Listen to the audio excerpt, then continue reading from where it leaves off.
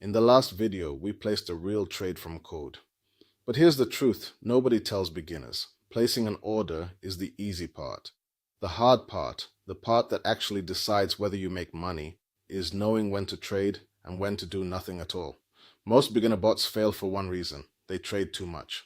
So today I'll show you how a real bot decides, using one simple idea. It's a series of gates, and most of the time, the answer is no. Think of your bot as a bouncer on a door. A trade only gets through if it passes every single check. If any one gate says no, the bot stays out. No trade.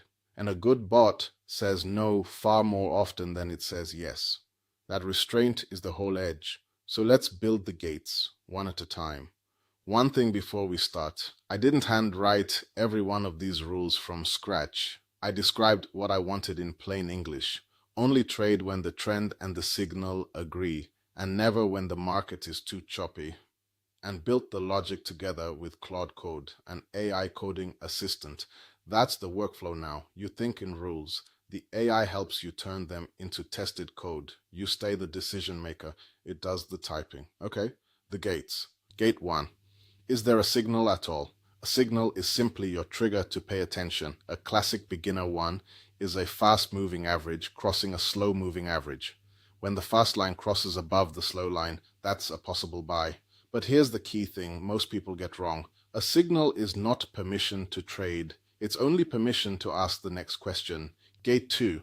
Does the bigger picture agree? A buy signal on a 1-minute chart means nothing if the hourly trend is pointing straight down.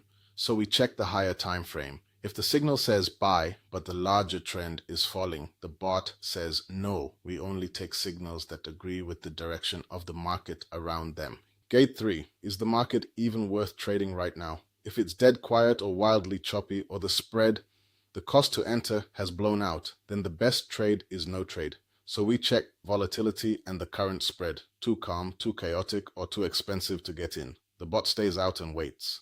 Gate 4. And this is the most important one. Risk. Even with a perfect signal, the bot asks 3 questions. Do I already have a position open on this pair? Have I hit my loss limit for the day? And is this trade sized so that if I'm completely wrong, it barely stings? If any one of those fails, there is no trade. No exceptions.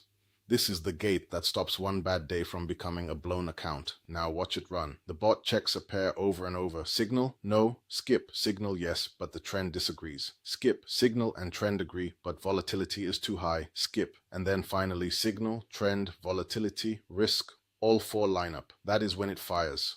Notice how many times it said no before it said yes. That is not the bot being broken. That is the bot working exactly as designed. Here's the lesson I want you to take away. The money is not in the signal. Everyone has signals. They're free. They're everywhere. The money is in the filters, the discipline to skip the 90 trades that look okay, so you're still there for the 10 that are actually good. A trading bot at its heart is just that discipline, written down once and never broken in a moment of emotion. So that's the decision engine: signal, trend, volatility, risk, 4 gates, and a default answer of no. In the next video, we'll take one of these gates and build it for real in Python on a live price feed. The full code and setup steps are in the description.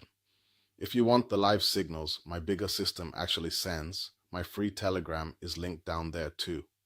And if you're curious how I use AI to build all of this, that is exactly what this channel is for. Subscribe, and I'll see you in the next one.